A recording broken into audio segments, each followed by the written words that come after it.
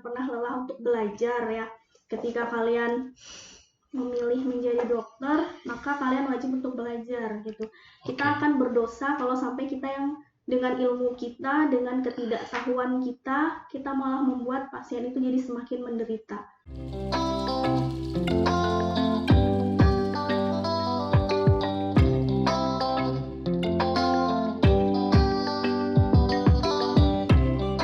Halo guys, selamat datang kembali di Rusun Gabut Podcast episode yang ke-9. Jadi hari ini kami berkesempatan untuk mengundang seorang dokter. Beliau ini adalah pendamping dokter internship kami dan juga bekerja di salah satu vaskes tingkat pertama di Muara Tewe. Yaitu ini dia, Dr. Weni. Selamat datang, Dok. Terima kasih sudah hadir, Dok, ya di podcast kami yang sangat gabut ini. Jadi mungkin dokter bisa memperkenalkan diri, Dok, ya, dari nama dan juga lebih spesifiknya itu tempat dokter bekerja, mungkin seperti itu, Dok. Ya. Oh ya, oke. Assalamualaikum warahmatullahi wabarakatuh. Jadi perkenalkan, nama saya Weni Aristia Yulianti, biasa dipanggil sih Weni. Sekarang bekerja di Puskesmas Muara Tewe ya, di Kelurahan Melayu. Asalnya dari FK UPR angkatan 2012. Oke. Jadi beliau ini kebetulan kakak tingkat kami ya, waktu di FK UPR dulu. Iya benar, satu alumni lah. Iya, kalau nggak salah dokter ini jadi penitia ospek dulu, salah satu yang paling menakutkan teman-teman. Iya, aku galak ya dulu ya. Iya, berarti ini, Dok, sudah bekerja berapa lama, Dok, ya di Puskesmas Muara Tewe tadi, Dok, ya? Iya, di Puskesmas Muara Tewe. Jadi bekerjanya itu sudah hampir 2 tahun ya, dari mulai 2020 sih kerjanya. Jadi itu, Dok, setelah lulus gitu langsung bekerja di puskesmas atau bagaimana, Dok? Mungkin ya, waktu itu kan lulusnya 2018 ya. Terus aku internshipnya sama kayak kalian nih, batch 4. Jadi di November 2018 internship kan. Aku waktu itu internshipnya di Puruk Cahu. Jadi sampai selesai itu internship di November 2019. Terus di Desember 2019 itu pas kebetulan ada penerimaan CPNS nih, ya udahlah ikut aja coba-coba gitu. Terus ternyata 2020 lulus, alhamdulillah ini deh jadi PNS di Muara Tewe. Jadi waktu itu langsung di Puskesmas Muara Tewe, cuman sambil nunggu pemberkasan segala macam kan di CPNS itu sambil nyambi di Labkesda juga. Oh, di Labkesda. Iya, Labkesda seberang sih. Seberang rumah sakit, Dok, ya. Oke, dokter, mungkin diceritakan sedikit, Dok, ya. Dokter ini lulus dari Universitas Palangkaraya kan, Dok? Iya. Mungkin sedikit diceritakan, Dok, ya, pengalaman dokter gitu. Bagaimana pengalaman selama berkuliah dan langsung ke koas lalu jadi lulus, Dok, begitu. Gitu ya. Iya. Pengalaman yang bagus-bagus aja kayaknya. Ya, mungkin yang bagus, Dok, ya. Kita kan suka dengar yang bagus-bagus walaupun ada drama gitu, Dok. Pasti banyak drama sih namanya koas. Jadi waktu itu aku masuk di FK UPR itu 2018 ya. 2012 deh. Oh, 2012, Dok, ya. Ya, 2012 masuk. Udah kuliah kayak biasa kan, kita preklinik 3,5 tahun, koas 2015 sampai 2018 selesai. Terus UKM PPD nih. Udah habis itu internship. Oke. Susah nggak, Dok, waktu dulu ini, Dok, ya, jadi preklinik itu susah apa gampang-gampang gimana, Dok? Susah. Kalau dibilang susah ya pasti susah lah. Kalau dibilang gampang. Jadi tergantung sih susah atau gampang itu tergantung dari sisi mana kita menilainya gitu. Jadi kalau misalnya kita menikmatin menjalani kuliahnya dengan ya udahlah kita nikmatin aja, itu nanti akhirnya jadi mengalir juga. Tapi kalau misalnya itu jadi beban, aduh ini gimana ke belakang, ke depannya gimana, harus gimana, akhirnya malah jadi beban, terus malah jadi susah buat kita. Tapi kalau misalnya kita bisa menikmati semuanya, ya mengalir aja, berjalan aja gitu. Ya pastinya sih kalau namanya perkuliahan ya ada penuh air mata segala macam, itu udah biasa lah. Namanya juga perjuangan. Yang penting kita harus ingat sih tujuan akhir kita apa ketika kita kuliah di situ, apa sih yang mau kita capai, apa sih yang mau kita dapatkan gitu. Berarti sesuai nih, Dok, dengan jargon kita di rusun ini nikmati ja gitu. Oh iya, dan benar yang ya. Jadi dok, ini dok ya, mungkin kita sedikit kepo dok ya, kalau boleh dok. Boleh. Motivasi gitu dok. Jadi dokter tuh gimana sih dok? Dokter apakah benar dari diri sendiri gitu, atau mungkin dokter kebingungan lalu ada orang tua mengarahkan ke sana gitu, atau bagaimana gitu dok? Mungkin ada cerita menarik gitu. Untuk jadi dokter Iya, gitu iya. maksudnya. Motivasinya. Kalau itu sih sebenarnya memang motivasi diri Diri sendiri sendiri, ya. oke. Dari kecil. Jadi kan kalau misalnya biasanya kita lah kalau anak kecil kan ditanya, cita-citanya mau jadi apa gitu kan. Pasti bilangnya ya udah yang praktis, dokter, guru, itu sih sebenarnya. Tapi setelah SMA itu mulai terarah sih. Jadi aku memang awalnya memang bercita-cita pengen jadi dokter. Oke. Itu terus waktu itu kan sempat kita kan ada SMPTN ya dulu ya. SMPTN oh ya. SMPTN apa SBMPTN gitu namanya. Nah jadi itu aku daftar juga. Cuman waktu itu jadi guru di matematika. Jadi orang tua kan guru. Jadi mereka memang ngarahin kalau misalnya mau ya ke guru aja dulu gitu kan. Kan tahu sendiri kan kalau biaya kedokteran seperti apa kan ya. Betul gitu. Jadi ya udah aku pegang aja yang pasti kemungkinan pasti akan dapet. Ya udah matematika nih. Kalau misalnya nggak jadi dokter ya udahlah jadi guru matematika mungkin aku bakal sekarang. Gitu. Terus setelah dapet nih SMPTN waktu itu kan jalur undangan dapet, terus ada tes. Tetangga aku tuh dia ada kenalan gitu kan untuk yang penerimaan dia ada cerita bahwa sekarang nih di kedokteran di Unpar itu ada baru buka dan itu bisa dibiayain sama Pemda gitu.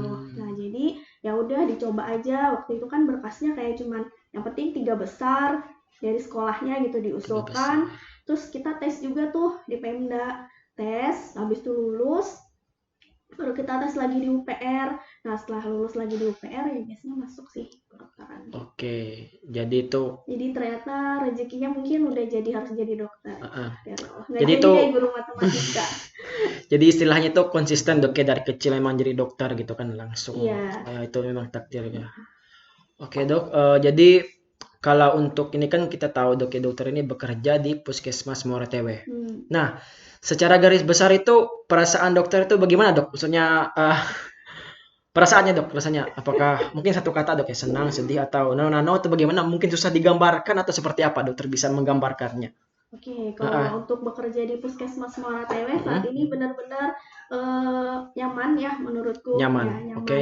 Pertama, kenapa aku bilang nyaman? Karena kita benar-benar dikasih kesempatan. Kalau misalnya kita bilang capek, ya semua pekerjaan sih pasti akan capek gitu. Nggak mesti harus di Puskesmas Muara Tewe. Misalnya puskesmas manapun, di rumah sakit, dimanapun ya pasti akan capek. Namanya juga jadi kita sebagai tenaga kesehatan, apalagi kita dokter, pasti semua tanggung jawab nanti pegangnya di kita gitu. Cuman tergantung kita menyikapin. Nah kalau di Puskesmas Muara Tewe sih awalnya waktu pemilihan CPNS itu sebenarnya bukan di situ pilihanku gitu. Jadi sempat milih mau di rumah sakit. Ya malum lah kan kalau kita baru-baru lulus apa ya kayak sikap idealisnya masih tinggi.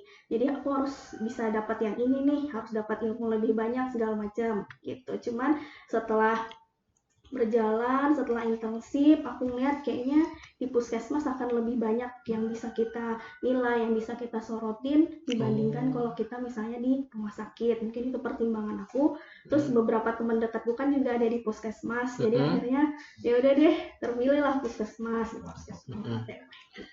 Selama ini sih bekerjanya nyaman, terus rekan-rekannya juga bisa diajak kerja sama ya, enak-enak. Mungkin memang beberapa hal sih kalau misalnya namanya kita mungkin yang junior, kita masih baru ya mungkin kita akan lebih banyak pegang ini segala macam, tapi terserah ke kita lagi gimana kita bertanggung jawab sama program-program yang dikasih gitu. Jadi dok sebenarnya ya kebanyakan sih kalau aku dengar dari teman-teman aku ya dok ya, ini mungkin sedikit curhat-curcol gitu. Memang dari mereka itu kan kalau misalnya baru lulus itu kerja di mana sih maunya? Mereka kan kebanyakan itu maunya di rumah sakit itu kan dok ya. Kalau saya dengar gitu. Namanya anak-anak baru lulus tuh idealisnya masih tinggi. Masih tinggi ya. Dia pasti akan cari yang lebih bagus lah. Berarti itu ada proses dok ya untuk berpikir ke arah situ dok ya. Proses sih sebenarnya terpikirnya itu setelah aku intensif sih. Setelah aku intensif kan dulu intensif ada di puskesmas, jadi kita dulu intensifnya 3 bulan puskesmas, 3 bulan rawat inap ya, terus 3 bulannya IGD gitu. Jadi dari 3 tempat itu kok kayaknya perbandingannya mungkin lebih condong ke puskesmas kalau aku gitu. Karena kalau Menarik, misalnya menarik. IGD kan kita mungkin kasus yang akan kita dapatin tuh lebih banyak, ilmunya lebih banyak karena kasus-kasus kegawat daruratan Iya. kan. Kalau di puskesmas ya ilmu UKP-nya ya mungkin hanya itu sebatas common cold, asma bronkial gitu-gitu aja. Tapi nilai UKM-nya sih yang lebih Iya, banyak betul aku sekali. kejar ya. Iya, Dok. Karena kita Setuju. ke masyarakatnya itu yang lebih membuat aku jadi lebih tertarik. Iya. Saya sih setuju, Dok, ya, kalau menanggapi dari dokter yang bilang tadi itu kan sebenarnya UKM itu nggak kalah penting ya, teman-teman. Ya, kayak pencegahan, upaya preventif gitu. Itu nggak kalah lebih penting dari rumah sakit sebenarnya. Nah, Dok, ya, kalau setiap pekerjaan, Dok, itu pasti ada kesulitan, Dok, ya. Nggak mungkin kan ya. Iya, pastilah. Hidup itu pasti ada yang sulit-sulitnya lah gitu. Nah, ada nggak, Dok, yang mungkin kesulitan ketika bekerja di puskesmas gitu yang mau dokter kasih tahu ke kita gitu? Oke, kalau kesulitan ya ada sih beberapa yang dijalanin. Jadi kalau misalnya kayak yang pernah aku alamin itu kesulitannya adalah yang pertama mengedukasi pasien. Edukasi. Ya, jadi aku tuh sebenarnya orangnya agak-agak introvert gitu kan. Jadi agak susah kalau untuk memulai percakapan apalagi dengan orang-orang baru. Nah, jadi salah satu motivasi aku ngambil puskesmas adalah karena aku mau berkembang di situ juga, mau perbaikin teknik komunikasi ya. Jadi di situ kalau pasien datang, kesulitannya adalah kita mengedukasi pasien itu sendiri. Kadang pasien-pasien itu ada yang iya kalau mau dengerin kita, ada juga yang kadang ngelawan, atau misalnya pasien-pasien yang dia dengan membawa embel-embelnya, membawa jabatannya segala macam. Nah, dia tiba-tiba minta rujukan, dia bilang kenalan ini dan sebagainya. Itu sih paling kesulitannya satu, edukasi ke pasien. Edukasi ke pasien. Oke, terus yang kedua capek sih, pasti. Gitu. Apalagi kemarin kan waktu ini pandemi, jadi aku masuk itu kan di 2020 ya, 2020 itu kita udah masuk pandemi kan, 2020 2021 itu jadi capek banget untuk vaksinasi, keluar gedung dan sebagainya gitu sih. Bahkan kita bakal sampai sore ya, sampai jam 4 jam 5 itu baru selesai kegiatan vaksinasi gitu untuk mengejar target vaksin itu. Jadi itu sih kesulitannya. Jadi edukasi, Dok, ya, edukasi ke pasien ya teman-teman, dan juga mungkin ke programnya, Dok, ya. Ke programnya sebenarnya sama aja sih sebenarnya, di IGD juga seperti itu ya. IGD itu kan ada pasien gawat darurat gitu. Jaganya banyak gitu kan. Kayak seperti itu. Nah, Dok, tadi kan kesulitan nih. Pasti ada, Dok, ya, maksudnya apa? Yang disenangi itu, yang disukai dari puskesmas gitu. Apa sih yang membuat kita dokter gitu, membuat dokter senang atau bahagia lah gitu bekerja di puskesmas, dan membuat dokter itu maksudnya ya terus termotivasi gitu, Dok, menghilangkan rasa capek kan, Dok, biasanya gitu. Ya, oke. Jadi kalau yang aku senangi adalah kalau dikirim untuk dinas luar. Jujur banget ya. Jadi itu adalah kesempatan kita untuk healing sedikit lah, meskipun memang sih capek, cuman ya ada apa-apa sih. Dan aku cukup alhamdulillah beruntung ya dapat di Puskesmas Muara Tewe. Jadi itu juga dapat kesempatan untuk misalnya ikut-ikut pelatihan, kegiatan luar, bahkan yang bulan-bulan ini kan agak-agak cukup banyak ya dan sering. Jadi lumayan lah waktu itu tuh memang lagi stres banget, apalagi kalau pas lagi mau udah ditagih dokumen akreditasi dan segala macam gitu kan, sempat uring-uringan juga di kamar, nggak mau ngerjain apa-apa akhirnya jadinya. Terus ternyata beberapa minggu kemudian dikasih kesempatan nih sama Allah, ternyata dapat banyak beruntun pelatihan-pelatihan. Jadi itulah yang paling disenangi dari puskesmas. Mungkin kalau di rumah sakit pelatihannya mungkin akan lebih sedikit dan mungkin lebih banyak biaya sendiri. Kalau di puskesmas lebih banyak kesempatannya untuk bisa ikut pelatihan dan mengembangkan ilmu lagi sih, mengembangkan pengetahuan kita lah gitu intinya. Oke, jadi karena banyak kegiatan di luar, Dok, ya, untuk sarana healing. Betul. Ya. Terus kalau misalnya kita diajak juga sama pemegang programnya nih, misalnya PE atau kunjungan rumah, itu salah satu hal yang menyenangkan sih menurutku, karena kan dulu kita pernah belajar ya waktu kuliah yang tentang epidemiologi. Jadi gimana sih pasien itu sakit, ada banyak faktor kan yang mempengaruhi, ada bagaimana dari lingkungannya, terus agentnya, itu kan dari hostnya sendiri ya. Jadi ketika kita tahu nih, oh dia nih ternyata misalnya sakitnya DBD, kita bisa lihat lingkungan sekitarnya kayak apa dan segala macam. Jadi bisa kita sorotin dari situ. Jadi lebih lebih banyak berkembang sih menurutku. Oke dok, jadi dokter pernah nggak kayak bosan, penat gitu dok? Tentu saja itu. Pernah banget. Pernah.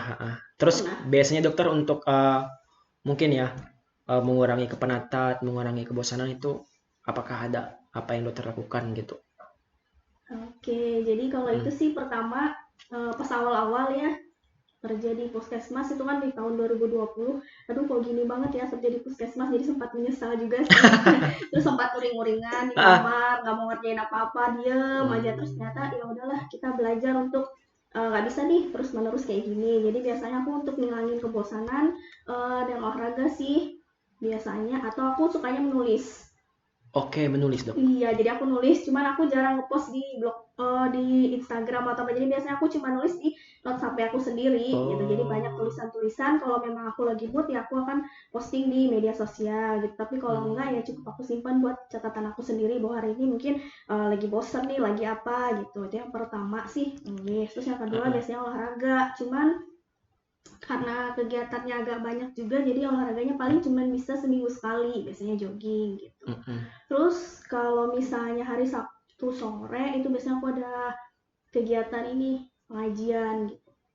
Itu salah satu untuk ya menyeimbangkan inilah duniawi sama tentang akhirat gitu. Karena kadang kalau kita ngejar dunia terus ya nggak akan ada habisnya gitu. Jadi salah satu cara menyeimbangkannya adalah ya ikut pengajian. Itu lumayan kan, meskipun cuma 1 kali seminggu, tapi cukuplah untuk mengingat diri kita gitu. Oke.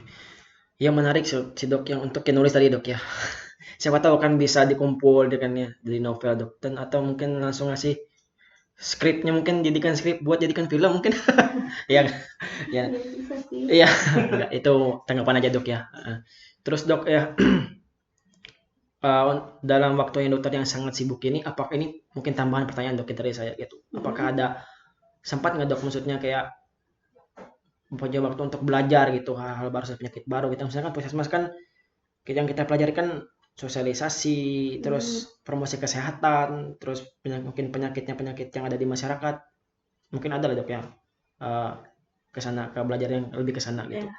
Yang namanya belajar ya, kalau kita sudah jadi dokter, kita memutuskan untuk memilih pekerjaan ini ya kita harus siap dengan konsekuensinya bahwa kita harus belajar seumur hidup gitu.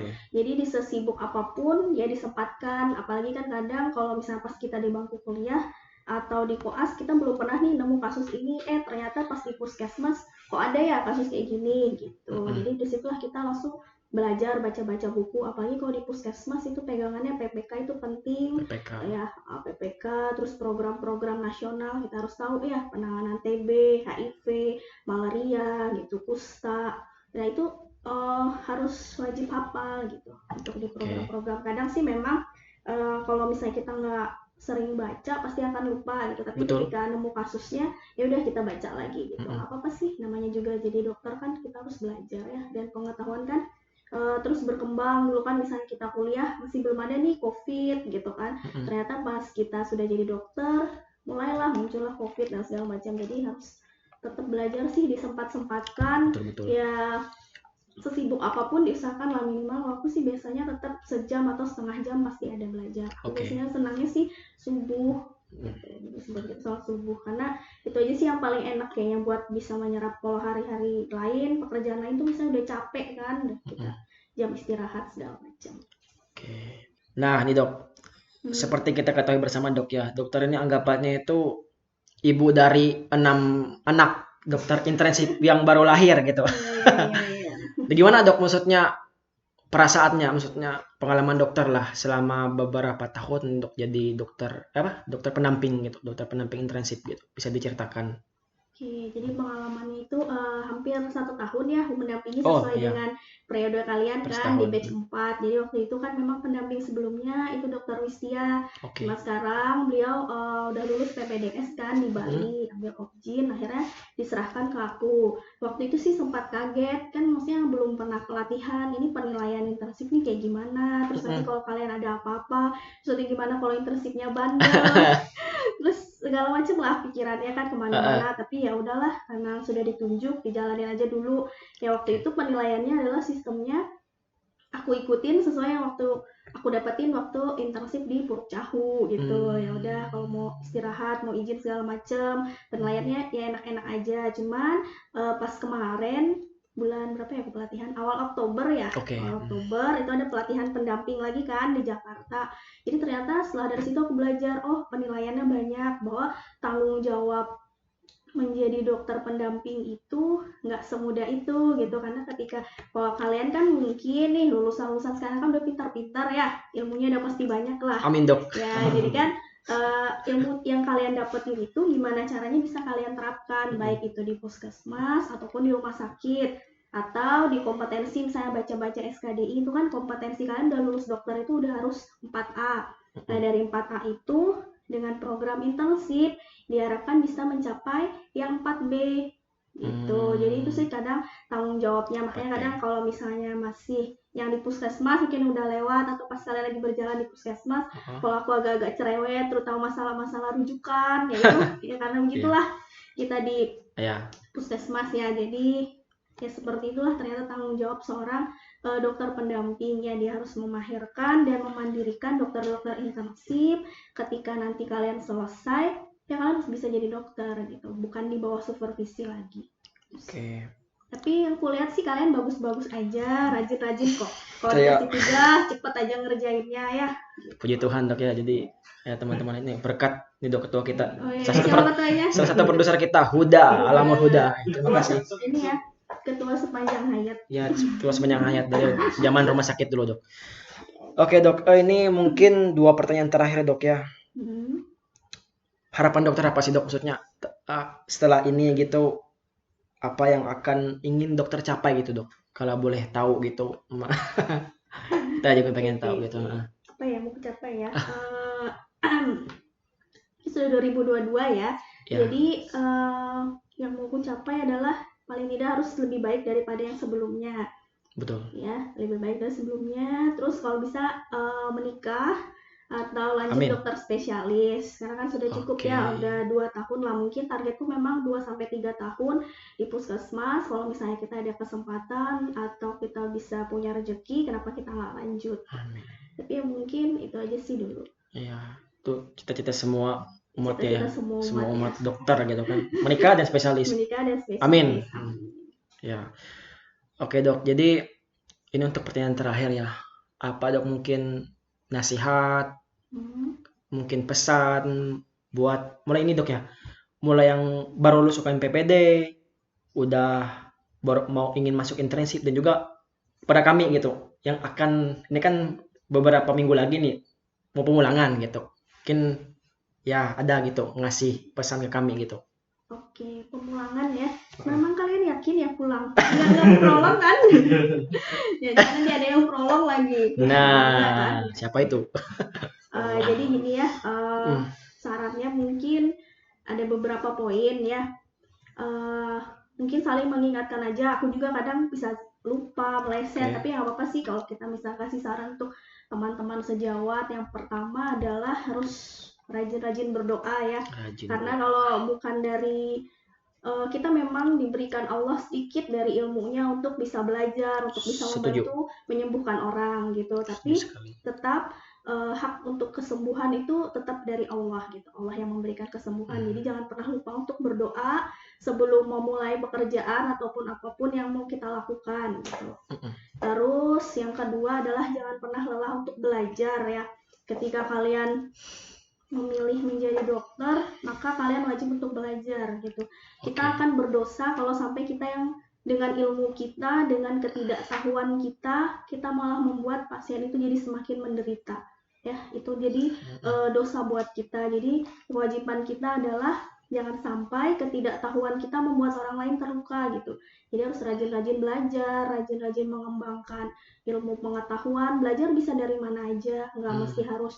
Kalau punya kesempatan, punya rezeki banyak, boleh ikut-ikut seminar, atau kalau misalnya bisa belajar dengan teman-teman tenaga kesehatan lain nih, misalnya di puskesmas, belajar sama senior-seniornya, belajar sama kakak-kakak bidan, kakak perawat, karena mereka biasanya punya pengalaman yang lebih banyak ke pasien dibandingkan kita. Mungkin kita tahu teorinya, tapi secara teknis kita masih ada kurang di prakteknya gitu. Kita bisa belajar dari siapapun gitu. Jangan pernah lelah belajar. Karena kan kewajiban seorang dokter juga untuk terus mengembangkan ilmu pengetahuannya ya, sesuai dengan kodeki gitu kan. Terus yang ketiga adalah tetap sehat. Tetap jaga kesehatan ya. Jadi untuk bisa menjadi seorang dokter, kita juga harus sehat. Jadi sebelum kita membantu orang lain, menyelamatkan orang lain, selamatkanlah dulu diri kita. Gitu ya. Di kodeki kan juga disebutkan dokter yang melakukan pelayanan dia juga harus memiliki kesehatan. Sehat baik jasmani maupun rohaninya. Gitu. Apalagi dok? Terus yang keempat, tetap rendah hati ya. Tetap rendah hati. Jangan pernah sombong, jangan merasa ketika nanti kita sudah akhirnya aku udah lulus dokter nih, aku udah pakai jas Nelly, jas putih, bukan berarti kita bisa lebih hebat daripada orang lain. Gitu. Nggak mesti kita memakai jas, kita bahkan lebih hebat dari teman-teman tenaga kesehatan yang lain gitu. Jadi sih kayaknya. Itu aja dok. Sangat terinspirasi sekali ya kita dari podcast kali ini. Jadi teman-teman mungkin itu saja ya podcast kita kali ini. Jadi dokter terima kasih sudah hadir di podcast kita yang ya sederhana ini dok ya. Di episode 9 kali ini merupakan episode kita yang terakhir ya teman-teman. Kemungkinan episode yang terakhir gitu. Jadi kita sedih ya, aduh. Iya, nggak ada podcast lagi dong, bakal pindah. Berasal dari kegabutannya, Pak. Ya, amin. Lanjut di Muara Teweh kan berarti ya? Kayaknya sih saya pulang sih dong.